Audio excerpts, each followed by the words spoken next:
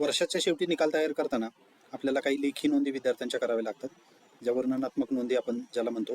इथे पहा, मी एक्सेल शीटवरती काही विषयांच्या लेखी नोंदी तयार करून ठेवलेल्या आहेत.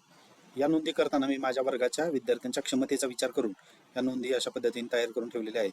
आणि इथे आहे माझ्या सगळ्या विद्यार्थ्यांची लिस्ट. आपण मराठी या विषयांच्या नोंदी करण्याची शॉर्टकट ट्रिक पाहूया. मराठीचा सगळा कॉलम मी आधी सिलेक्ट करून घेईन. त्यानंतर डेटा या टॅबवरती जाऊन डेटा व्हॅलिडेशन नावाची टॅब उघडायची आहे.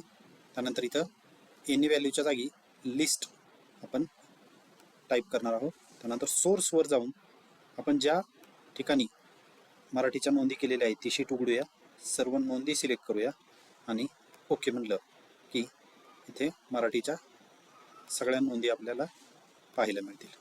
इथे पहा, प्रत्येक विषयाच्या अशा प्रकारे नोंदी आपण करू शकतो आणि सहजपणे ज्या कामासाठी अनेक वेळ जातो कमी वेळेत करू शकतो. याचप्रमाणे गणित आणि इंग्लिशच्या नोंदी आपण सहजपणे करू शकतो. जिथे आपल्याला हाताने नोंदी लिहायच्या आहेत किंवा वेगळ्या नोंदी लिहायच्या आहेत त्या नोंदी आपण अशा पद्धतीने टाईप करू शकतो. धन्यवाद.